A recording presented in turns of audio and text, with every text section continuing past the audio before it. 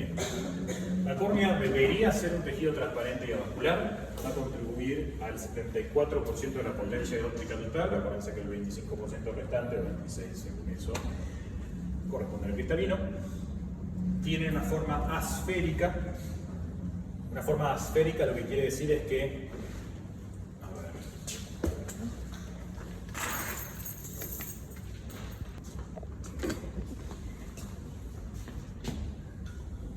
nosotros tomamos una esfera y una sección de una esfera, esto va a tener una potencia óptica que va a depender no de esta sección de la esfera, sino del radio de la esfera prototípica sobre la cual hicimos el corte de la lente, ¿sí? Ahora, ese poder óptico va a ser el mismo si es esta sección o si es esta sección. ¿Está? Ahora, cuanto más nos desplazamos del eje óptico y nos vamos hacia aquí, nos vamos a encontrar con un montón de aberraciones ópticas porque el ángulo de incidencia empieza a fraccionar y generar todas las aberraciones que nos encontramos, sobre todo, por ejemplo, cuando agarran una lupa de 20 y quieren ver por el costado de la lupa. Bueno, esos son los tipos de alteraciones que nos encontramos con unas lentes más bien esféricas. Que sea asférica quiere decir que no es esférica. Entonces, lo que hace la córnea es combinar las propiedades ópticas de mucho aumento que tiene una esfera de un radio de curvatura chiquito con la poca aberración que produce un radio de curvatura más grande, ¿sí? ¿Estamos? Déjame pasar el radio, pero para que entiendan. Entonces, la córnea nuestra termina teniendo una forma que es más aplanada hacia afuera, más poderosa en el medio y más aplanada de vuelta, ¿sí? Y lo mismo aquellas lentes que ustedes le pongan intraoculares a los pacientes que sean asféricas. ¿Estamos? Lo que termina haciendo es evitar, maneja lo mejor de ambos mundos. Un alto poder óptico. Un poder óptico alto lo que implica es que pueden convertir mucha información de un mundo grande en una imagen chiquitita para que entre completa dentro del ojo. Perdón, pero no me puedo... Y no pierden las capacidades y las aberraciones ópticas, sobre todo cuando ingresan por la periferia. ¿Estamos? Bien. Eso es lo que quiere decir que se hace, que es lo que les está mostrando.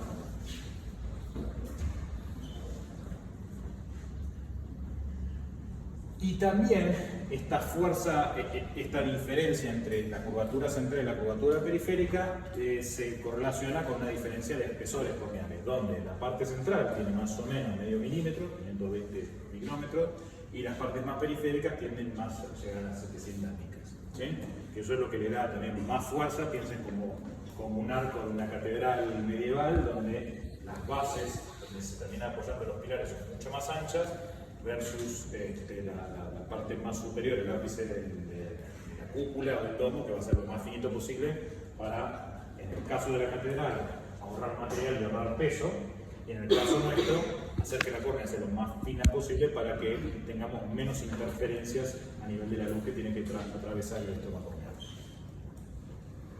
Propiedades ópticas. La potencia dióptrica es 43,25 dioptrías, el índice de refracción es 1.376, el radio de curvatura es 7,8 milímetros, o sea, en la parte central de la córnea sería como si ustedes agarraran una bolita de 8 milímetros y le cortaran la sección que va a corresponder a la lente. Y la curvatura es esférica en la infancia, con astigmatismo a favor de la regla en la adolescencia y adultez y astigmatismo en contra de la regla en la vejez. Eso sería la evolución natural de la córnea, aunque en líneas generales, como en la vejez hoy por hoy estamos mucho más compensando ciertos astigmatismos con la cirugía de catarata, uno termina con el astigmatismo que induce el cataratólogo y otra cosa. Eso está bueno que alguien ya está haciendo algo de cirugía de catarata, ¿no? Bueno, cuando hagan cirugías de catarata traten de involucrarse desde el principio hasta el final. Traten de involucrarse desde la toma del biomáster o del AC para hacer ecometrías, que son útiles porque hay pacientes que el biomáster no les sirve y a ustedes está bueno que si van a mandar un biomáster hagan ustedes la ecometría y puedan ver qué tan bien, qué tan cerca están manejándose de la cuestión. Y traten de primero desarrollen la mano en la forma más cómoda que puedan operar ustedes. Si ustedes tienen un paciente que se perjudicaría con una incisión en los 90 grados, o si ustedes son diestros, pongamos un poquito más desplazado a la derecha, si un paciente se perjudicaría con esa incisión, traten de dejársela a otro, que por lo menos no se compliquen la vida tratando de entrar por temporal si no están acostumbrados, pero tampoco le compliquen la vida al paciente pegando un astigmatismo. Acuérdense, cuando ustedes hacen una incisión en la córnea, lo que están haciendo es relajándola, entonces pueden cambiar la forma de la córnea en ese punto. Transparencia. El estroma corneal con fibrillas de colágeno regularmente ordenadas y separadas entre sí por una distancia menor a la mitad de la longitud de la onda de la luz. Eso es lo que hace que la córnea sea transparente, que no sea blanquecina como cuando tiene agua en el edema corneal. Y se debe mantener el contenido de agua estromal de 8% controlado por las barreras epiteliales intactas y el funcionamiento de la bomba endotelial. Acuérdense que la bomba endotelial va a ser una bomba en células que dependen de la cresta neural, que por ende no se reproducen a lo largo de la vida y que va a ser en contragradiente y por ende van a tener que depender de la energía, ¿sí? Van a tener consumo de ATP para poder bombear el agua, desagotar el agua de la córnea que de forma natural tiende a condensarse. Una cosa que creo que ya les había dicho antes, pero que está bueno siempre recordar, una parte de la humedad que va a salir de la córnea lo va a hacer gracias al endotelio corneal y va a ir extrayendo del estroma hacia adentro de la cámara anterior, pero otra parte no irrelevante, sobre todo cuando tenemos alterada esta función del endotelio, va a ser aquella que se evapora hacia el ambiente, ¿sí? Entonces es muy común que ustedes tengan un paciente postoperatorio de catarata con el endotelio ahí, mirame y no me toques, que va a ver de hora a la mañana cuando recién se levanta porque no tuvo capacidad de evaporarse el agua de la córnea porque no tuvo los ojos abiertos, versus a la tarde. Entonces son unos pacientes que idealmente es mucho mejor cuando le empiezan a dar un muro de la noche anterior, como para tratar de deshidratarlo. Muros en agua con sal, básicamente. Funcionalidad de barrera. Daño de epitelio y o daño de endotelio aumenta el agua estromal. El epitelio tiene unas estrechas epiteliales que forman una barrera de permeabilidad al paso del agua y el endotelio tiene una barrera semipermeable que mantiene el equilibrio de agua estromal por sus bombas reactivas sodio, potasio y ATPasa dependiente.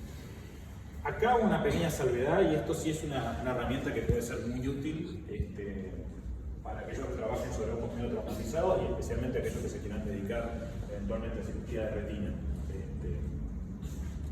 Si ustedes levantan el endotelio, van a lograr rápidamente una desedematización de la córnea, ¿sí? Yo si tengo una córnea que no veo bien, vamos a poner un ejemplo de un caso mío, que fue la segunda endoftalmitis de mi vida propia. Yo he operado un montón de endoftalmitis de colegas porque me dedico a eso, che, tienen algo, me avisan y ya lo estoy operando y después vemos qué pasa, cómo me pagan, lo que sea. Porque realmente es un mundo de diferencia que intervengan un paciente rápido a que lo intervengan tarde. En este caso, era una paciente. ¿Quieren la versión corta o la versión larga de la historia? Larga. Bueno, yo me tenía que ir a un congreso en Perú, ¿sí? Tenía un montón de cosas en ese congreso que tenía que presentar y encima tenía un wet lab de retina en el cual yo tenía que dar clases e iba a aprovechar ese wet lab de retina para una cosa que estoy desarrollando de una especie de sensor para vitrectomo que necesito hacerlo sobre ojo de chancho para que me lo acepten en Estados Unidos y poder terminar de desarrollar la patente allá. Y acá no hay wet lab de retina, con lo cual me estoy armando yo y mi propio wet lab de retina para eso. Ya tenía un montón de cuestiones para ir y encima me encanta Lima y me encanta comer la comida peruana, así que estaba desesperado por ello. Meto un par de cirugías de catarata 2 semanas antes de eso, nunca pongo la misma semana antes de irme,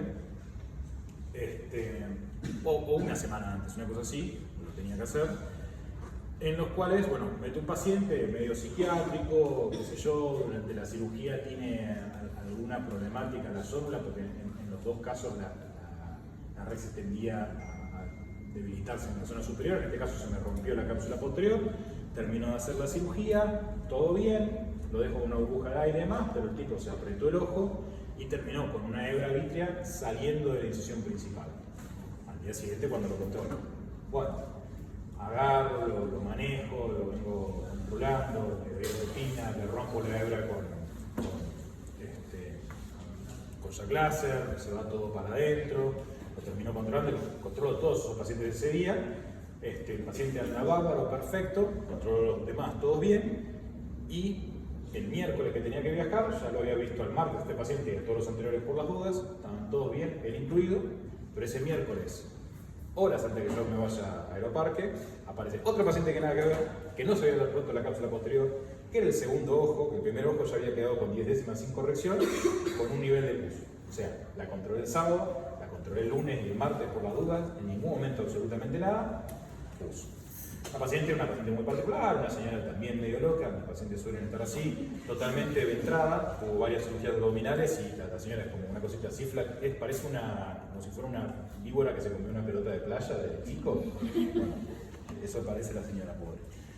Y tiene un montón de temas de higiene y demás que bueno, se terminó infectando. Cuestión, ese mismo día consigo quirófano para operarla, yo solamente opero los viernes, consigo un quirófano para el miércoles.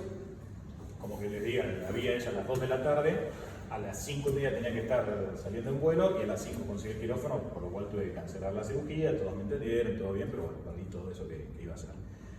La termino interviniendo y al momento de intervenirla, que estamos hablando de que la señora se levantó con hipopio ese día, supónganse de las 10 de la mañana a las 17 horas, o sea, 7 horas, la retina ya tenía muchas placas del pus y hemorragias, ¿sí? Con lo cual, la intervengo y limpio toda la retina, hago la vitrectomía cambiando suero de banco y ceftazirima, arranco con cefta, termino con banco para que siempre le quede al final. No le toco en la parte del polo posterior donde se veía placas de pus y hemorragias, además la paciente es diabética.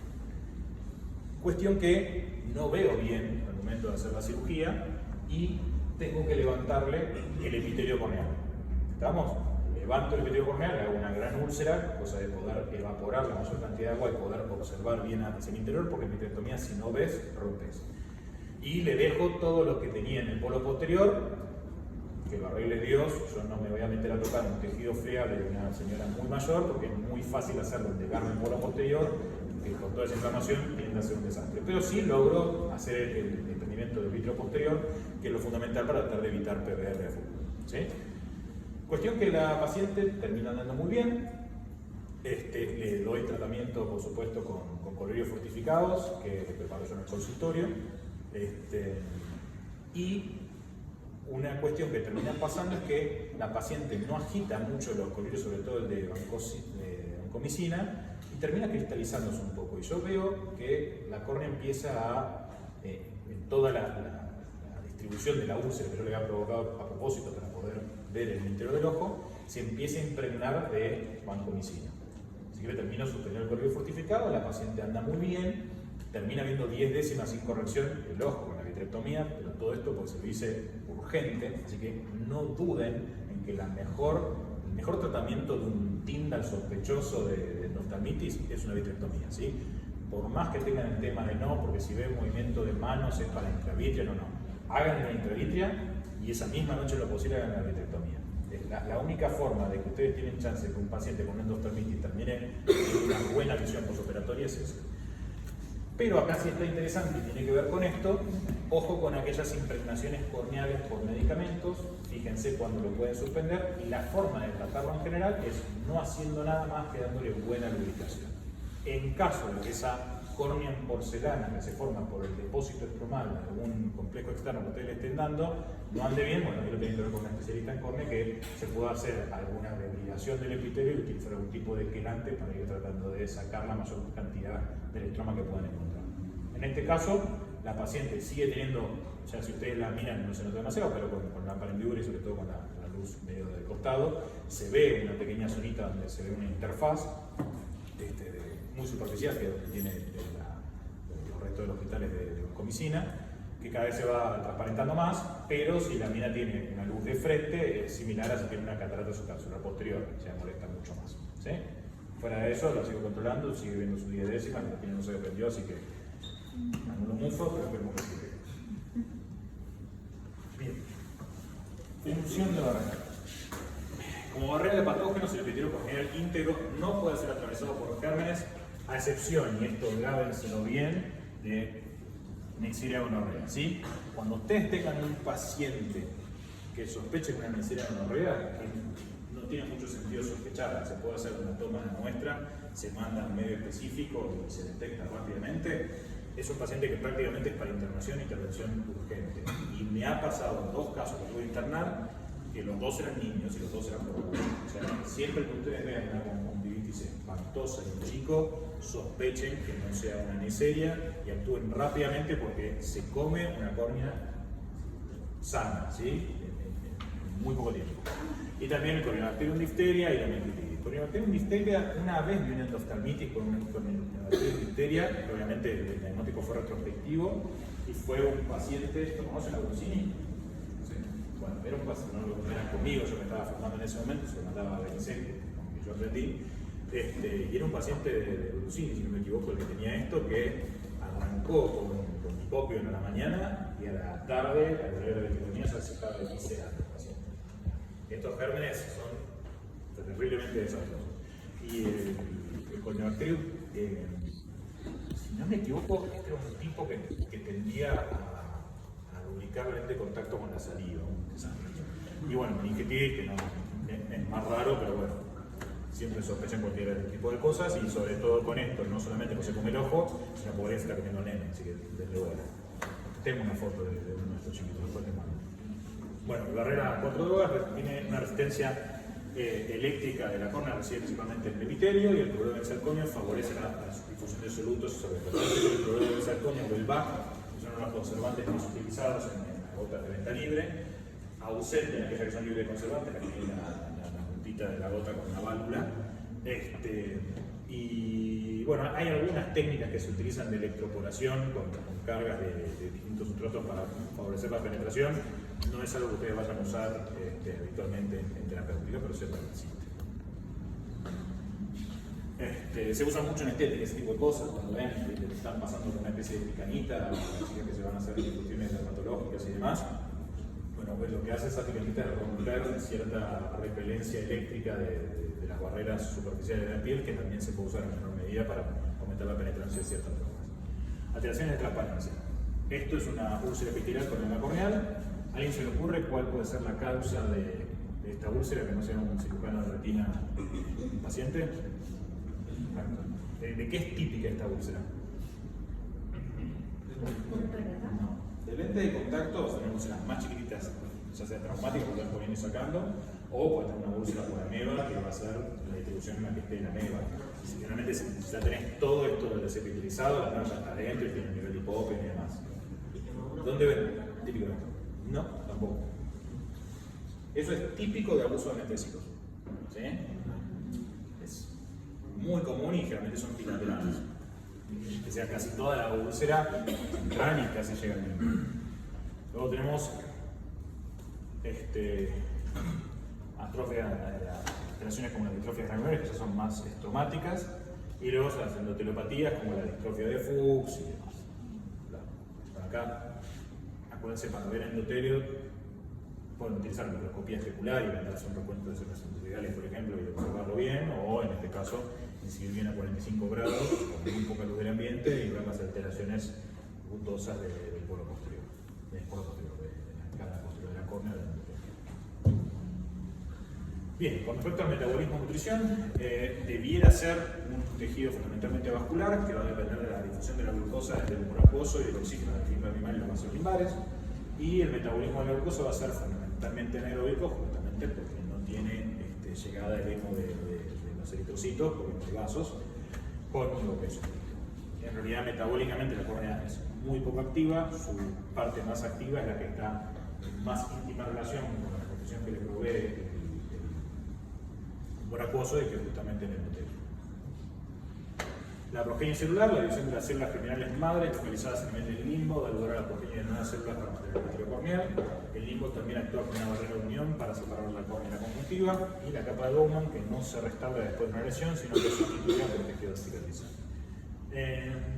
Luego las células endoteliales no proliferan, la pérdida de las mismas provoca un aumento del tamaño de células vecinas para ocupar el espacio vacío. Una cosita extra, ya que estamos hablando tanto de cirugía con respecto a endotelio corneal, recuerden que el endotelio nunca está solito, sino que es íntima relación con la membrana de Essen.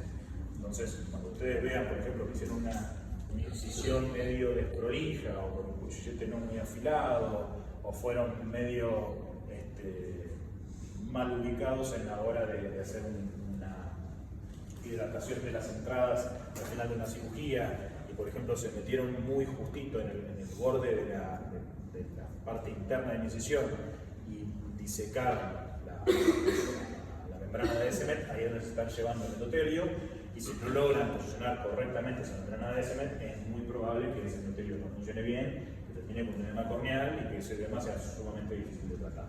Entonces, consejo cuando les pasa una cosita así, que tengan algún flap de Descemet dando vuelta, no se asusten demasiado, traten de terminar la cirugía con una burbuja en cámara anterior, porque significa que normalmente ustedes van a estar entrando por hora 12, y si ustedes ponen una burbujita, esa misma burbuja de la cámara anterior va a tender a aplicar aún si el paciente está acostado o cuando esté sentado también. ¿Sí? La misma burbuja que al final de una cirugía va a hacer que sea más fácil, por un lado que no se desmatice tanto la córnea porque tiene aire adentro del ojo, y por otra parte que esa burbuja tienda a desplazar hacia arriba y a volver a posicionar ese flap que les quedó de la Descemet, que siempre va juntito con el otro. ¿Sí? Y ¿qué es esto?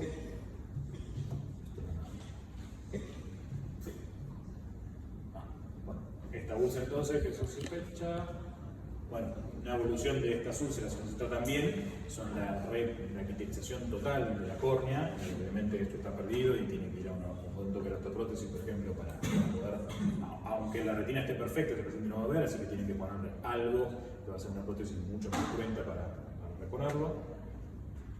Y ahí está la alteración. Bien, acá qué sospechan ustedes. No es muy buena la foto, así que tampoco tengo un diagnóstico 100% certero porque esta cosa no la mía originalmente.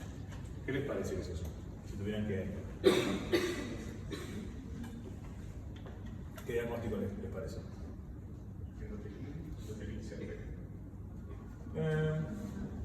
No sé si tanto, no lo veo el ojo tan inflamado como para estar apuntando para ese lado. A mí tiene mucho más aspecto de hidrops, ¿sí? De compensación. Acuérdense cuando ustedes tienen un queratocono, lo que termina pasando con la deformación extrema de la córnea es que la Descemet es bastante rígida, piensen más como un celofán que con un plástico flexible, y tiende a romperse, y eso hace que el edema corneal tenga un patrón desde el centro, que es la parte más fina en un queratocono, y se manifieste de esta forma. Eso es lo que yo sospecho, sí, tampoco que tengo mucho. Y acá, por ejemplo, ¿qué estamos observando? Que las rutas son justamente como tenemos, acuérdense que la primera conducta del endotelio corneal cuando un amigo se muere es crecer un poco para cubrir ese espacio. Ya cuando hay una depresión tal y son tales los espacios que no se pueden cubrir, bueno, se empiezan a formar las rutas, que es justamente por ahí que empieza a drenarse, a meterse el agua acuoso en el espesor corneal. Y acuérdense siempre que una buena medida proxy de salud de la córnea es justamente la panometría. Una córnea más sana, una córnea más fina, dentro de la normalidad, sin que sea alineamiento patológico, alrededor de medio milímetro. Una córnea más gruesa, ya les habla de una córnea un poquito más descompensada. Entonces, entre dos pacientes con el mismo recuento endotelial, aquel que tenga una córnea más gruesa en líneas generales, se va a estar hablando de una peor calidad de funcionamiento de ese endotelio. Y ténganle paciencia a los funcionamientos malos endoteliales, no se vayan directamente a los trasplantes. Muchas veces con ciertos manejos, por ejemplo con cirugía hipertónica con muro 128, perfectamente pueden tenerlo, extender muchos meses o años antes de la necesidad imperiosa de un trasplante. Y en líneas generales es mejor una mala córnea propia que una excelente córnea trasplantada. Pero bueno, tengo que. Bueno, ¿alguna pregunta?